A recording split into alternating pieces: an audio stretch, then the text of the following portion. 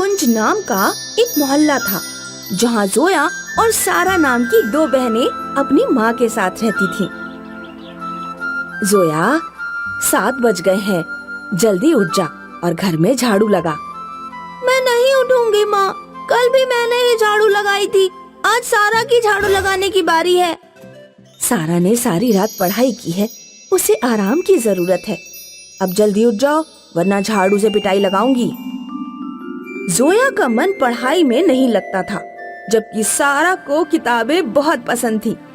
इसीलिए जोया और सारा की माँ सारा को ज्यादा प्यार करती थी और उससे कोई काम भी नहीं कराती थी। ले आना बिटिया, 1 कटोरी आटा, 1 कटोरी चावल, गरीब की दुआ मिलेगी बेटा। सारा, मैं दूध गर्म कर रही हूँ, क्या तुम बूढ़ी अम्मा को आटा दे आओगी?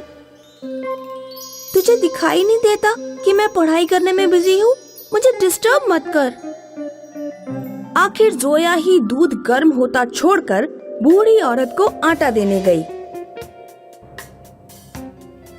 बूढ़ी औरत घर से काफी दूर जा चुकी थी। जोया आटा लेकर दौड़ती हुई बूढ़ी औरत के पास गई। माफ करना अम्मा, आज कुछ देर हो गई। कोई बात नहीं बिटिया, तुम्हारी जगह कोई और होता तो मुझे इतनी दूर तक भीख देने नहीं आता। जोया जब वापस घर लौटी तब तक सारा दूध भगोने से बाहर निकल चुका था और भगोना जल चुका था। जोया की माँ बाथरूम से नहा कर निकली तो उसने देखा कि सारा दूध धरती पर फैला हुआ है। जोया, तुझे पता नहीं क्या कि हमारे घर की हालत इतनी खराब है और तू ऐसे दूध बर्बाद कर रही है? माँ, मुझे माफ करना, मैं बूढ़ी अम्मा को आटा देने गई थी, सारा यही बैठी थी, ये भी तो दूध देख सकती थी। मैं पढ़ाई कर रही थी ना। जोया, दूध खराब करने के लिए तुझे सजा मिलेगी। 2 दिन तू घर का सारा काम करेगी, लेकिन तुझे खाने को कुछ नहीं दिया जाएगा। जोया को 2 दिनों तक भूखा रहना पड़ा। सारा जोया को देख देख कर मुस्कुराती और उसे चिढ़ाती। 2 दिन बीतने के बाद रात में जब सारा चारपाई पर सो रही थी तो जोया ने गुस्से में उसकी चोटी में आग लगा दी। सारा के सारे बाल जल गए और वो परकटी बन गई। माँ, देखो तो जोया ने मेरे बालों का क्या हाल किया है। माँ को बहुत गुस्सा आया। उसने जोया को गांव में जोया की नानी के घर पर भेजने का फैसला कर लिया। तुझे यहाँ रहकर पढ़ाने में मैं पैसे बर्बाद नहीं करूंगी, तू गांव जा और वहीं पर रहना।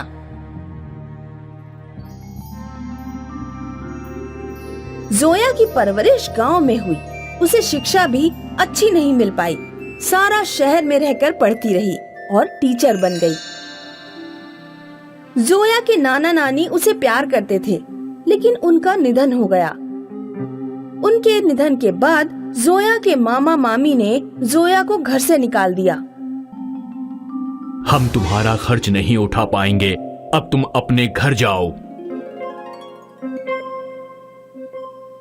जोया जब अपने घर पहुंची तो उसे पता लगा कि उसकी माँ भी मर चुकी है और सारा ने अपनी पसंद के लड़के से शादी कर ली है। जोया, तू यहाँ क्या करने आई है? अब तेरा यहाँ पर कोई नहीं है। मामा मामी ने मुझे गांव से भगा दिया, मुझे रहने के लिए कोई जगह चाहिए, मुझे भी शादी करनी है। माँ, ये मकान मेरे नाम कर गई है और वैसे भी यहाँ जगह नहीं है। कुछ दिन बाद मेरे भी बच्चे हो जाएंगे, हमारा परिवार ही इस छोटे से घर में मुश्किल से रह पाएगा, इसीलिए तू अपना ठिकाना खुद ही खोज। जोया बेचारी दर दर भटकने लगी। बहुत से रिश्तेदारों से उसने मदद मांगी, लेकिन कोई भी उसे ज्यादा दिनों तक अपने घर नहीं रख पाया। एक दिन जब जोया रेलवे लाइन के किनारे बैठकर रो रही थी तो उसे नदी पार से वही बूढ़ी औरत आती दिखाई दी, जिसे वो कभी आटा दिया करती थी। अम्मा, आप अभी तक जिंदा हैं? हाँ बेटी, ईश्वर की कृपा से मैंने लंबी उम्र पाई है। तुम रो क्यों रही हो? जोया ने अपनी सारी परेशानी बूढ़ी औरत को बताई। मेरे साथ आओ। बूढ़ी औरत जोया को एक कटहल के पेड़ तक लेकर गई और उसने पेड़ से एक कटहल तोड़कर जोया को दिया। ये साधारण कटहल नहीं है। इस कटहल को तुम मनचाहा रूप दे सकती हो। तुम कटहल को जो भी रूप दोगी 24 घंटे बाद कटहल अपने असली रूप में आ जाएगा। हे जादुई कटहल, तू एक छोटा सा घर बन जा। पलक झपकते ही कटहल एक सुंदर घर में बदल गया। जोया के पास अब रहने के लिए घर था। खाने के लिए वो सब्जी और फल जंगल से तोड़ लाती थी। 24 घंटे बाद जब कटहल मकान से अपने असली रूप में आ जाता तो जोया उसे दोबारा आदेश दे देती। पूरे मोहल्ले में सोने के महल की चर्चा होने लगी। बात सारा के कानों तक पहुंची। सारा को पता लगा कि जोया के पास एक जादुई कटहल है जिसे कोई भी रूप दिया जा सकता है। मैं पढ़ी लिखी सरकारी नौकर होते हुए भी इतने छोटे घर में रहती हूँ और जोया अनपढ़ गंवार होने के बाद भी महल में रह रही है। सारा अपने जन्मदिन की दावत देने जोया के पास गई। जोया, उस दिन मैंने तुम्हें बहुत भला बुरा कह दिया था। मैं माफी चाहती हूँ। अब मुझे एहसास हो गया है कि अपने तो अपने ही होते हैं। मेरे जन्मदिन की पार्टी है, तुम भी जरूर आना। जोया जादुई कटहल के साथ सारा के घर पहुँची। केक कटने और पार्टी खत्म होने के बाद जोया सारा के घर पर ही सो गई। जादुई कटहल उसके बराबर में रखा था। सारा ने अपने पति से कहा, अब चुपचाप ये कटहल उठा लो और इसे खा लो। सारा का पति कटहल के टुकड़े करके उसे खा गया। जब सुबह जोया सोकर उठी तो उसे अपना कटहल कहीं नहीं दिख रहा था। सारा, मेरे बराबर में जादुई कटहल रखा हुआ था, क्या तुमने उसे देखा? नहीं, मैंने तो नहीं देखा। ऐसा कहकर सारा नहाने चली गई। जादुई कटहल, तुम जहाँ भी हो एक बड़ा सा गुब्बारा बन जाओ। जोया ने ऐसा इसलिए कहा कि जब कटहल बड़ा गुब्बारा बन जाएगा तो वो जहाँ भी होगा उसे दिख जाएगा। अचानक सारा के पति का पेट फूलने लगा क्योंकि कटहल उसके पेट में था। सारा जल्दी यहाँ आओ, मेरा पेट फूलकर फटा जा रहा है। अरे रे रे, ये क्या हो रहा है? कोई मेरे पति को बचाओ।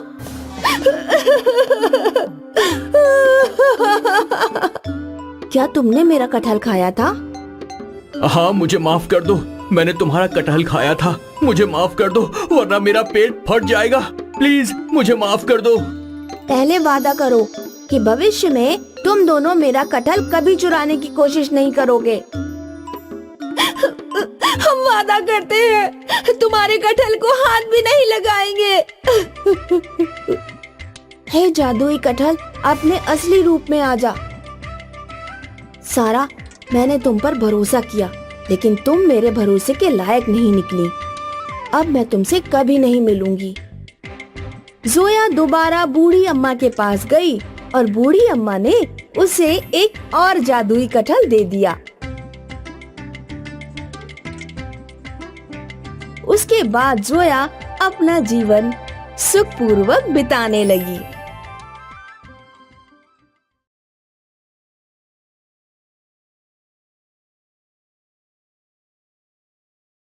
बहुत दूर किसी देश में उल्टापुर नाम का एक गांव था जहां लड़के घर का काम संभाला करते थे और शादी के बाद ससुराल जाया करते थे। वहीं लड़कियां बाहर काम करने जाया करती थी। इस गांव में रेणुका नाम की एक गरीब किसान औरत रहती थी जिसकी 3 लड़कियां और एक लड़का था। लड़कियों के नाम थे केशवी, अंजलि और निहारिका। केशवी और अंजलि साफ रंग की खूबसूरत लड़कियां थीं, जबकि निहारिका के चेहरे पर एक जला हुआ निशान था। बचपन में निहारिका के ऊपर गर्म दूध गिर गया था। उसी से उसके चेहरे पर एक बड़ा निशान पड़ गया था। केशवी और अंजलि हमेशा निहारिका को इस बात का एहसास कराती रहती कि निहारिका उन दोनों की तरह खूबसूरत नहीं है। अंजलि देखो, माँ 3 नए सूट सलवार के कपड़े खरीद कर लाई है। ये सूट के कपड़े तो बहुत सुंदर हैं। मैं 2 रखूंगी, तुम 1 ले लो। एक सूट का कपड़ा मुझे भी चाहिए। माँ मेरे लिए भी जरूर लाई होगी। सूट का कपड़ा कितना भी सुंदर हो, जब तू उसे पहनेगी तो तेरे बदसूरत चेहरे के कारण सूट बदसूरत ही लगेगा। एक दिन रेणुका ने अपनी तीनों लड़कियों को बुलाकर कहा, केशवी, अंजलि और निहारिका, अब तुम तीनों को पैसे कमाने के लिए बाहर काम करने जाना होगा, क्योंकि अकेले खेती बाड़ी से इस घर का खर्चा नहीं चल रहा है। तुम्हारे भाई की शादी भी करनी है। ससुराल ही लड़कों का असली घर होता है। रेणुका ने अपनी तीनों बेटियों को कुछ पैसे दिए और उन्हें काम ढूंढने के लिए भेज दिया। तीनों लड़कियां काम ढूंढते ढूंढते पशुपालन करने वाली एक बड़ी व्यापारिन के यहाँ पहुँची। व्यापारिन कुत्ते, बिल्लियां, घोड़े जैसे पालतू जानवरों को बेचने का काम करती थी। तो तुम तीनों को काम चाहिए। ऐसा करो, केशवी, तुम कुत्तों की दुकान पर चली जाओ। कुत्तों की साफ सफाई का ध्यान रखना और उनके खाने पीने का भी। अंजलि, तुम्हें बिल्लियों की दुकान पर जाना है और बिल्लियों का ख्याल रखना है। निहारिका, तुम अस्तबल में चली जाओ और घोड़ों की देखभाल करना। तीनों बहनें अपना अपना काम संभालने लगी। केशवी और अंजलि को जब भी मौका मिलता वो निहारिका की मुसीबतें बढ़ा देती। निहारिका जब सो रही होती तो केशवी और अंजलि अस्तबल में जाकर घोड़ों के ऊपर कीचड़ फेंक आती। तब निहारिका को बेवजह ज्यादा मेहनत करके घोड़ों को साफ करना पड़ता। 2 वर्ष बीत गए। व्यापारी ने तीनों लड़कियों को बुलाकर कहा, तुम तीनों ने अच्छा काम किया है। अब तुम चाहो तो पैसे लेकर अपने घर जा सकती हो। तीनों बहनें अपनी कमाई लेकर घर की तरफ लौटने लगी। वे रास्ते में भी एक पेड़ के नीचे आराम करने के लिए रुकी। मुझे प्यास लग रही है, मैं अभी पानी पीकर आती हूँ। निहारिका जब पानी पीने चली गई तो केशवी ने अंजलि से कहा, कैसा हो अंजलि, अगर निहारिका के पैसे हमें मिल जाएं, तब तो बहुत अच्छा होगा। अगर निहारिका की कमाई हमें मिल जाए और हम उसे आधा आधा बांट ले तो हमारी कमाई 1.5 गुनी हो जाएगी।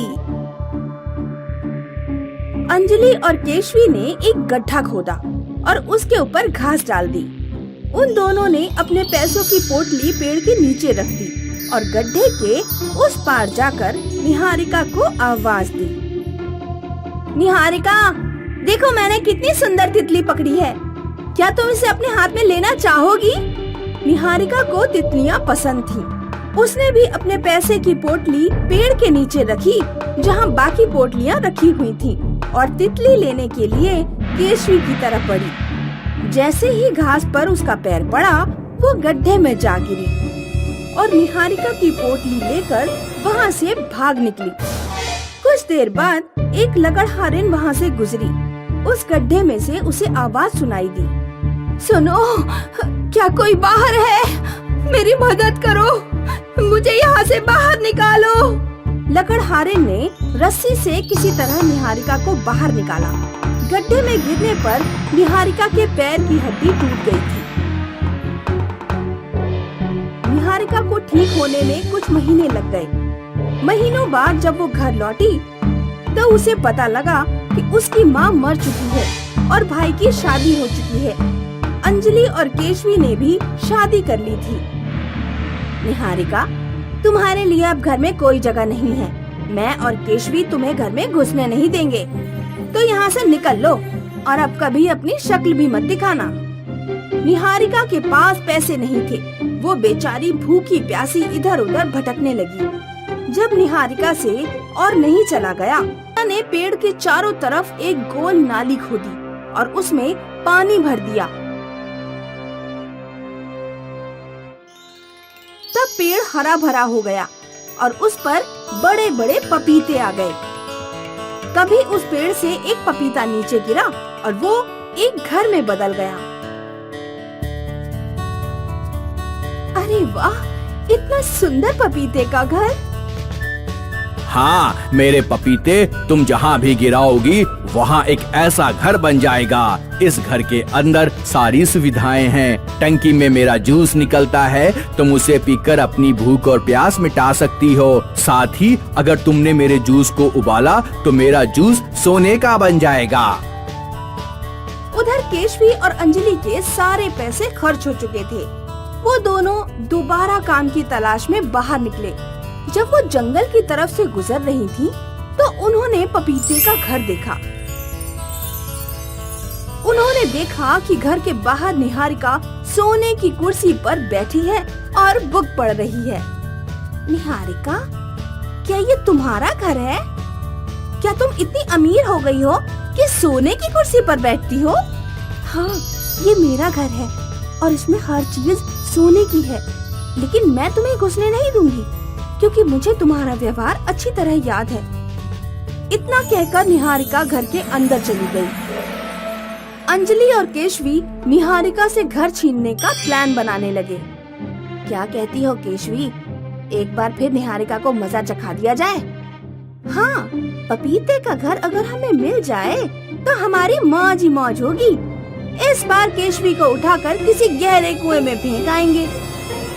रात में अंजलि और केशवी घर के दरवाजे की तरफ बढ़े, लेकिन अचानक वे दोनों एक गड्ढे में जा गिरे। तभी निहारिका घर से बाहर आई। तुम दोनों ने जिस चाल से मुझे गड्ढे में गिराया था, उसी चाल से मैंने भी तुम्हें गड्ढे में गिराया है और ये गड्ढा कुछ ज्यादा ही गहरा है। लेकिन तुम चिंता मत करो, मैं तुम्हें यहाँ से खाना फेंकती रहूंगी, लेकिन बाहर कभी नहीं निकालूंगी। ऐसा कहकर निहारिका सोने चली गई और अंजलि और केशवी गड्ढे में रोती रह गईं। अमरोहा गांव में दिनकर और सूर्या नाम के दो भाई रहते थे। दिनकर 10 साल पहले पैसे कमाने के लिए दिल्ली चला गया था। वो वहाँ मिठाई की दुकान चलाता था। सूर्या गांव में रहकर ही खेती बाड़ी करता था। दिनकर और सूर्या दोनों के नाम 50-50 बीघा आम के बाग थे, जिनमें बहुत ही मीठे आम आया करते थे। दिनकर की बेटी करिश्मा को आम के बागों में घूमना पसंद था। बाग के कोने में एक बहुत बड़ा घना आम का पेड़ था। करिश्मा स्कूल से लौटकर उसी पेड़ के नीचे खटिया डाल लेती और कोयल की मीठी आवाज सुनते हुए अपना होमवर्क करती। हर साल आम पकने के टाइम पर दिनकर गांव आता था और सूर्या के साथ आम बेचकर वापस दिल्ली लौट जाता। पिछले 10 सालों में दिनकर की आर्थिक स्थिति काफी बेहतर हो गई थी। एक दिन सूर्या की पत्नी शीला पकौड़े पहुंचाने दिनकर के घर पहुंची। करिश्मा, आज मैंने बहुत दिनों बाद प्याज के पकौड़े बनाए हैं, सोचा थोड़ी तुम्हारे घर पहुंचा दूं। अच्छा हुआ ताई, तुम यहाँ पकौड़े पहुँचाने आ गई। मैं तुम्हारे घर ही आ रही थी। कल पापा आए थे, मेरे और मम्मी के लिए सोने की बालियाँ लेकर आए हैं। एक जोड़ी तुम्हारे लिए भी बनवा कर लाए हैं। शीला ने बड़ी जल्दी लपक कर बालियाँ ले ली, लेकिन भागते हुए अपने घर पहुंची और अपने पति सूर्या से बोली, तुम्हारे छोटे भाई के पास इतना ज्यादा पैसा आ गया है कि उसने अपनी पत्नी और बेटी के साथ मेरे लिए भी बालियाँ बनवा दी हैं। जब दिनकर शहर में इतना कमा रहा है तो तुम बाग में उसे हिस्सा क्यों देते हो? उसकी तो सिर्फ एक बेटी है, हमारे तो 2-2 बेटे हैं। खर्चा तो हमारा ज्यादा है ना। मैं हमेशा से दिनकर को अपना हिस्सा देता रहा हूँ। फिर दिनकर का परिवार तो यहीं पर है। पैतृक संपत्ति पर जितना हक मेरा है उतना ही दिनकर का भी है। दिनकर शहर में जो कमाई करता है उसका आधा हिस्सा तुम्हें देना चाहिए। शहर में वो अपनी मेहनत से कमाता है, वो अपनी कमाई का हिस्सा मुझे क्यों देगा? सूर्या अपने भाई के प्रति वफादार था, लेकिन उसकी पत्नी उसे दिनकर के खिलाफ लगातार भड़काती रहती थी। आखिर कब तक सूर्या अपनी अच्छाई जिंदा रख पाता? धीरे धीरे वो पत्नी के प्रभाव में आने लगा। एक दिन करिश्मा के घर दिनकर के दोस्त का फोन आया। दोस्त ने बताया कि दिनकर का एक्सीडेंट हो गया है। खबर सुनते ही करिश्मा और उसकी माँ दिनकर के पास दिल्ली चले गए। सूर्या और उसकी पत्नी भी दिनकर को देखने गए, लेकिन जल्दी वापस लौट आए। अजी, मैं तो कहती हूँ यही मौका है बाग अपने कब्जे में लेने का। अब अगर तुमने जरा भी समय गंवाया तो बाद में पछताओगे। सूर्या ने गांव के सरपंच से कहा कि उनका भाई दिनकर और दिनकर का परिवार अब कभी गांव नहीं लौटेंगे, और दिनकर के हिस्से का बाग सरपंच को बेच दिया। इतना उपजाऊ और कीमती बाग सरपंच ने तुरंत खरीद लिया। कुछ महीनों बाद करिश्मा अपने गांव वापस लौटी और सूर्या के घर गई। ताई, पापा की तबीयत अभी भी ठीक नहीं है। माँ वहीं पर है। हमारे बाग के आम बेचकर सूर्या ताऊ को जो पैसे मिले होंगे वो पापा ने मंगवाए हैं। तुम्हारा बाग था लेकिन अब नहीं है। हमने सोचा कि अब तुम्हारा परिवार कभी वापस नहीं आएगा, इसीलिए हमने बाग सरपंच को बेच दिया और मकान बनवा लिया। अब तक तो सारे पैसे खत्म हो चुके हैं, लेकिन चिंता मत करो, तुम्हें जो कोने वाला आम का पेड़ सबसे ज्यादा पसंद था उसे नहीं बेचा है। तुम उसके नीचे बैठकर आराम कर सकती हो। करिश्मा दौड़ती हुई सरपंच के पास पहुंची। सरपंच जी, हमारा आम का बाग वापस कर दीजिए। पापा अस्पताल में है, सारा काम धंधा ठप है। बिना बाग के रोजी रोटी चलाना बहुत मुश्किल हो जाएगा। मैं तुम्हारे ताऊ के पैसे दे चुका हूँ, जो भी बात करनी है जाकर उनसे करो। सरपंच ने करिश्मा को अपने घर से भगा दिया। करिश्मा बेचारी अपने बाग के पास गई और उसी कोने वाले आम के पेड़ के नीचे बैठकर रोने लगी, जहाँ पहले वो अक्सर बैठा करती थी। अब पापा का इलाज कैसे होगा? मेरी पढ़ाई कैसे होगी? अब हम सब क्या खाएंगे? करिश्मा पेड़ के नीचे बैठी रो रही थी। तभी उसने देखा कि पेड़ की डाली पर कोई सोने की चीज चमक रही है। करिश्मा ने जब गौर से देखा तो पता चला कि पेड़ की डाल पर एक सोने का पक्षी बैठा हुआ है।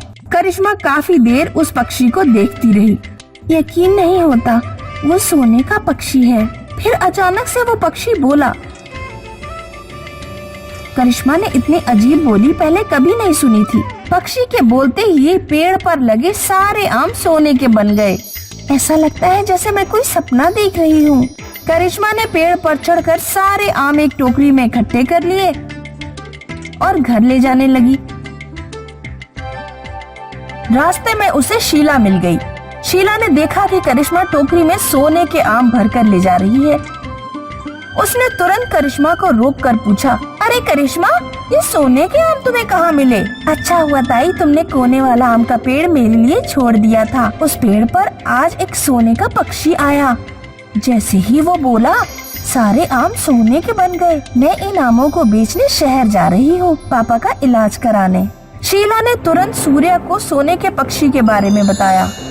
उस पक्षी को पकड़कर हमें बाग में ले जाना चाहिए। फिर एक एक पेड़ पर पक्षी को बिठाकर आवाज निकलवानी चाहिए, जिससे हमारे पूरे बाग के आम सोने के बन जाएंगे। एक बार वो सोने का पक्षी हाथ लग गया ना, तो हमारे दोनों बेटों को जिंदगी भर कमाने की जरूरत ही नहीं पड़ेगी। अगले दिन सूर्या अपने दोनों बेटों के साथ सोने के पक्षी को पकड़ने पहुंच गया। दोपहर बाद वो पक्षी उसी पेड़ पर आकर बैठ गया, जिस पेड़ के नीचे करिश्मा बैठा करती थी। सूर्या ने पक्षी के ऊपर जाला डालकर उसे पकड़ लिया। सूर्या ने पिंजड़े को ले जाकर अपने बाग में एक पेड़ पर रख दिया और पक्षी को बोलने के लिए मजबूर करने लगा।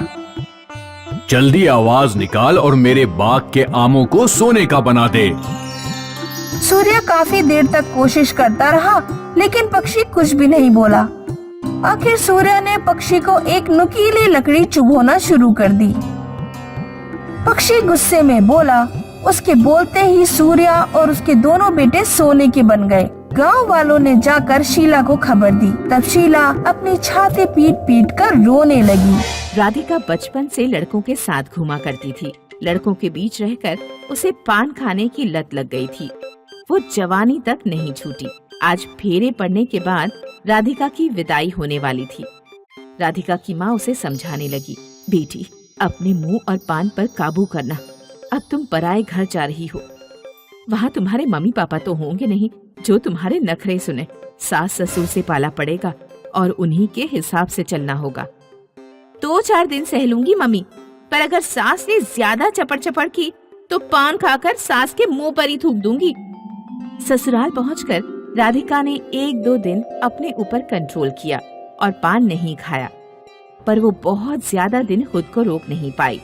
एक दिन जब राधिका की सास सोकर उठी तो उसने दीवार पर लाल लाल पान के निशान देखे। राहुल, क्या तुमने पान खाकर थूका है? नहीं माँ, मैंने नहीं थूका है। तो फिर दीवार पर ये पान के छींटे कैसे आए? माँ, वो राधिका पान खाती है। क्या?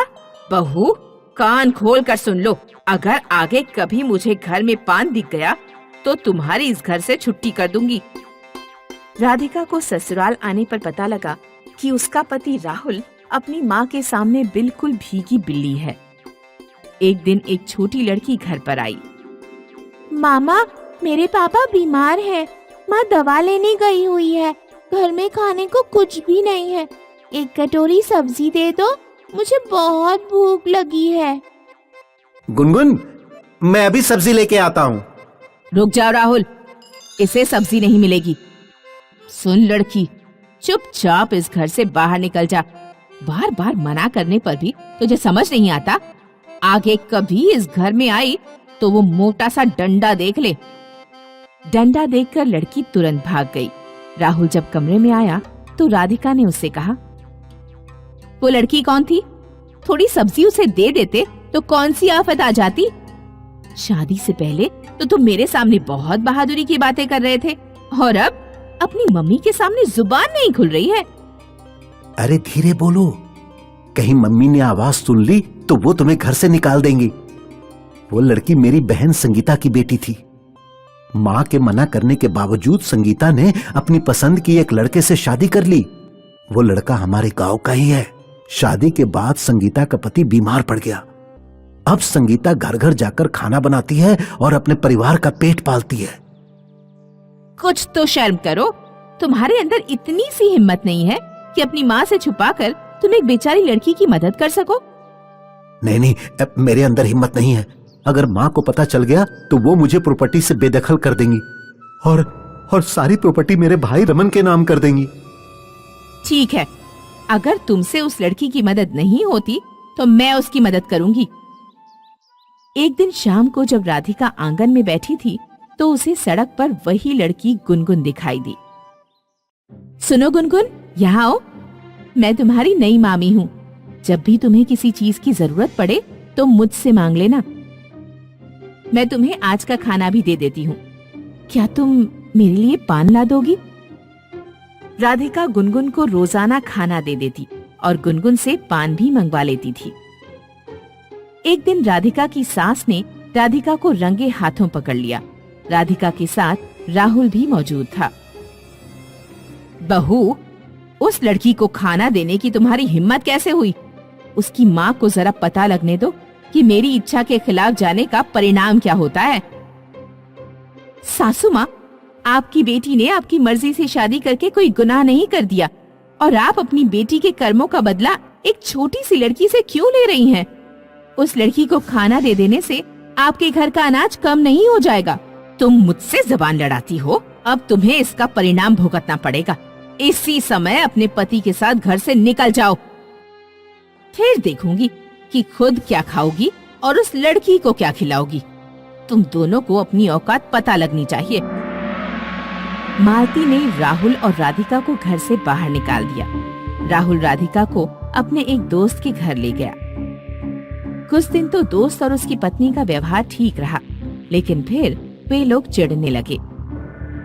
आखिरकार राधिका और राहुल वहाँ से निकल गए। और गांव में यहाँ वहाँ भटकने लगे। तेज धूप पड़ रही थी। वे दोनों एक पेड़ के नीचे जाकर बैठ गए। ये सब मेरी वजह से हुआ है। मेरी माँ ने मुझसे कहा था कि मैं अपने मुंह पर काबू रखूं, लेकिन मैं नहीं रख पाई और अब मेरे साथ तुम्हें भी कष्ट उठाने पड़ रहे हैं। रोवो मत राधिका, शायद हमारे भाग्य में यही लिखा था। उसी समय एक बूढ़ी औरत कहीं से आई और पेड़ के नीचे बैठ गई। बूढ़ी औरत पान खा रही थी। उसने राधिका से पूछा, बेटी पान खाओगी क्या? राधिका भूखी प्यासी थी। पान को देखकर उससे रुका नहीं गया और उसने बूढ़ी औरत का पान झट से खा लिया। तुम तो भूखी लग रही हो बेटी, लो ये पान की डिब्बी तुम रख लो। बूढ़ी औरत राधिका को पान की डिब्बी देकर चली गई। कुछ देर बाद राधिका ने पान खाकर पास ही में पड़े एक पत्थर पर थूका। पत्थर अचानक से सोने का बन गया। हाय राम, ये पत्थर सोने का कैसे बन गया? राधिका ने गर्दन घुमाकर सड़क पर उस बूढ़ी औरत को देखा। वो बूढ़ी औरत गायब हो चुकी थी। ये जरूर उस बूढ़ी औरत के आशीर्वाद से ही हुआ है। बूढ़ी औरत के दिए पान खाकर राधिका जिस चीज पर भी थूकती वो चीज सोने की बन जाती। राधिका और राहुल ने सोना बेचकर एक बड़ा सा घर खरीद लिया। उन्होंने गुनगुन के परिवार को भी अपने ही घर रहने के लिए बुला लिया। उधर मालती ने अपने दूसरे बेटे रमन की शादी कर दी। मालती सोच रही थी कि वो रमन की बहू को उसी तरह डरा धमका कर रखेगी जैसे घर के बाकी सदस्यों को रखती है, लेकिन दांव उल्टा पड़ गया। रमन की मोटी ताजी बहू मालती से ही घर का सारा काम करवाती और खुद आराम से सोती। मालती अपने दूसरे बेटे और बहू को घर से निकाल भी नहीं सकती थी, क्योंकि अगर वो ऐसा करती तो वो घर में अकेली रह जाती। मालती को जब राहुल और राधिका के अमीर होने के बारे में पता लगा तो वह एक दिन उनके पास पहुंची। मुझे माफ कर देना बहू, मैंने तुम्हें घर से निकालकर बहुत बड़ी गलती की। अब तुम सब लोग घर पर लौट चलो। मुझे घर में बहुत अकेलापन महसूस होता है। नहीं माँ जी, हम यहाँ खुश हैं। जल्दी ही मैं और संगीता अपना ब्यूटी पार्लर खोलकर आत्मनिर्भर बनने की दिशा में पहला कदम उठाने वाले हैं। अच्छा बहू, अगर तुम लोग घर नहीं आना चाहते तो कोई बात नहीं। तुम्हारे पास वो सोना बनाने वाला पान बचा हो तो मुझे दे दो। ज्यादातर पान खत्म हो चुके हैं, बस कुछ ही बचे हैं। आप इन्हें ले जाइए। मालती बहुत खुश होकर पान की डिब्बी अपने घर ले गई। सबसे पहले कूड़ेदान को ही सोने का बनाती हूँ। मालती ने पान खाकर कूड़ेदान पर थूका, लेकिन कूड़ेदान सोने का नहीं बना। फिर मालती ने बाल्टी पर थूका, बाल्टी भी सोने की नहीं बनी। सोना पाने के लालच में मालती ने बेड, अलमारी, दीवार, घर की हर एक चीज पर पान खाकर थूका, लेकिन कोई भी चीज सोने की नहीं बनी। रमन की बहू जब सोकर उठी तो उसने देखा कि पूरा घर पान के निशानों से गंदा हो चुका है। सासू माँ, जल्दी से पूरा घर और घर की हर एक चीज साफ करो, वरना वो मोटा डंडा देख लो। रमन की बहू मालती के पीछे डंडा लेकर खड़ी हो गई और उसने मालती से पूरा घर रगड़ रगड़ कर साफ कराया।